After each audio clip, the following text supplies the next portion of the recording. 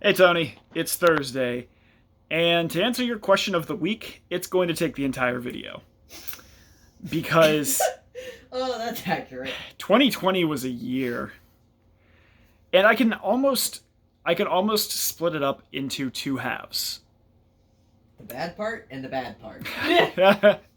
um, like the first half will be from January till the end of June, and the other half is from July till today. Yeah, but they were two drastically different halves of a year for me. So 2020 was a year. like we make the joke sometimes of like, yes, January, the good old days, where all we were worried about was World War III. And there was so much that happened this year. Like, as I've mentioned in previous videos, this is a year that's going to go down in history, and it's going to be one of the defining years for maybe not my generation, but definitely yours, you Zoomer. Because there are a lot, like, in my younger life, there were a lot of things that happened that really kind of will stick with us, whereas people your age and younger didn't necessarily have those same events happen. And it's kind of crazy just to look around just how much happened this year in history. And like I said, I've talked about this in previous videos. We had a global pandemic, some of the greatest racial unrest we've had in a generation, and we had an election year that was and is still essentially ongoing because people are really holding on to as many little sticks as they can. But let's kind of go back to what I was trying to do is like, let's split 2020 up in half. Let's talk first about January through June. So obviously January started with World War III, and at least, and for me, was kind of like I was really paying attention to the news every day because that was really big, but I was also like, that was when my year was really really busy. Like January, February, I was all over the place. In January, I was licensed in Connecticut, and literally the day after I got licensed, I was sitting in court in Connecticut. And January and February, I was going from court to court to court because we were really busy. I would start my mornings an hour south in New Haven, and I'd start my mornings in Springfield. I'd go an hour south to New Haven, and then I'd go from New Haven 2 hours north to Great Barrington, which is about an hour away from Springfield, and that was my court day. It was mostly driving, but I would spend that entire day in court, and that was a pretty common occurrence. I would spend this morning in this court, this afternoon in this court, and I would go all over the place. Like there were days where I would start in Hartford and end in Worcester, which is just a lot of traveling. Don't you miss those days? I miss the money I got for those days. I miss the money that you got for paying for gas. That was nice. That was nice. It wasn't gas, it was mileage, but and then that was January and February for me, as the world was, only slightly collapsing around me. And on fire. And on fire. Don't forget it was on fire. Yeah, February was fire. Then end of January was fires. I thought end of January, beginning of February was fire. Mostly end of January. Okay. Regardless, there were Australia was on fire. And California. Yeah, in California. And then March came, and March still more or less started off normally. In fact, I think it was It was mid-March when I Yeah. worked from home. Yeah, it was mid-March in which Taylor started working from home, and we had a long discussion amongst the attorneys at work. We used to have a weekly attorneys meeting to talk about Mass in Connecticut, and in the span of one day, in the span of about 3 hours, our conversation drastically changed. Well, yeah, because I moved from work from home literally the week. Like, that week was the week that the state of emergency Yeah, it was. And you skipped over us being sick as shit in February. Well, yeah, in February we're pretty sure we had COVID. We don't know for sure, but we're pretty sure. I couldn't move for a week. We had COVID. I mean, I think we did, but we not. Don't know. Tested. Yeah, we don't know because they weren't testing at that point. But it was middle of March in which my entire life changed completely. At about 8 a.m. when I got to work. Originally, Adam, my supervisor, was going to be talking to the firm, to potentially add another attorney. And in the span of 3 hours, that conversation changed from we're making a lot of money to and adding another attorney to, oh my God, everything is shutting down. And that was a drastic change.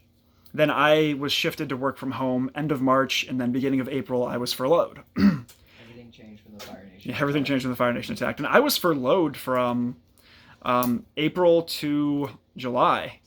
And that was crazy. I mean, it was tough. We moved during that point, which was crazy. Mom and Dad had their misadventure in the Grand Canyon. Which was terrifying. Which was terrifying and also crazy. I'm never going to forget us standing in the kitchen talking about Same. what the worst outcome Yeah, I mean, is. we talked for hours that day, and it was terrifying. Now, granted, like, everything turned out okay for Mom and Dad, and I got back to work, and that's when the second half of my year started in July. So I got back to work end of July. It was like July 20th.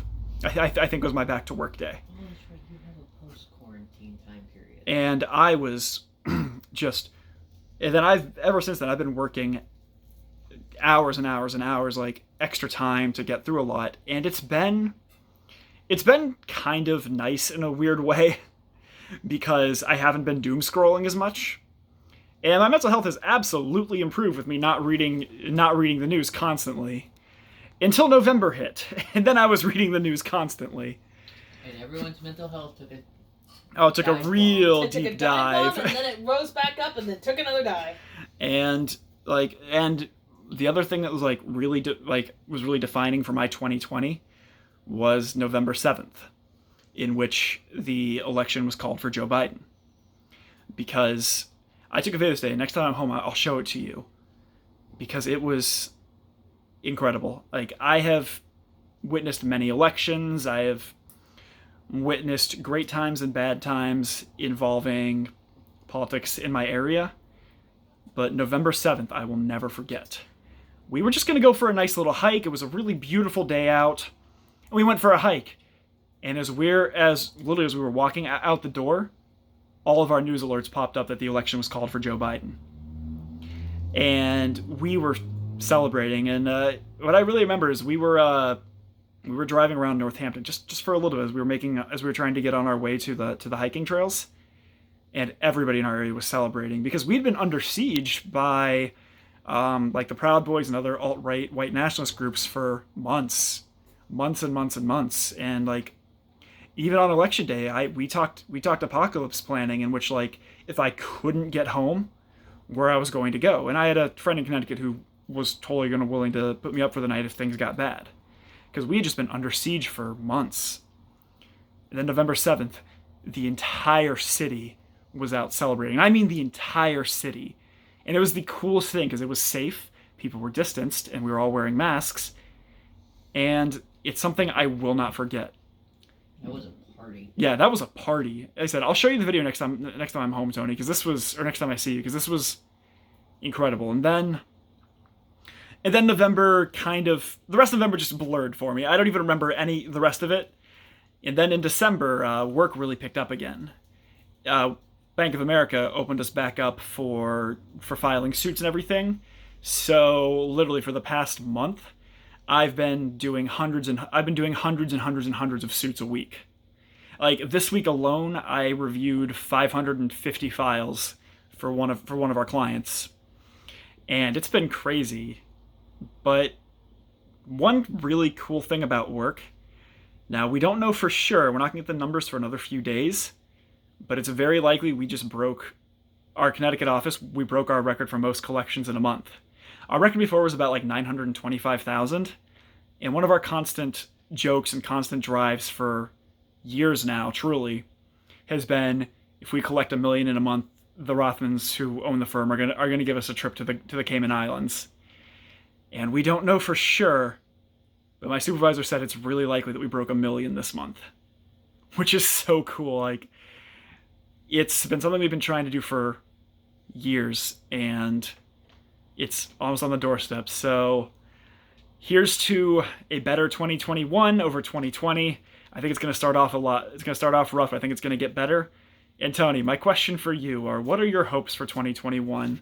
And Tony, I'll see you on Monday after you've survived 2020. See you, Tony.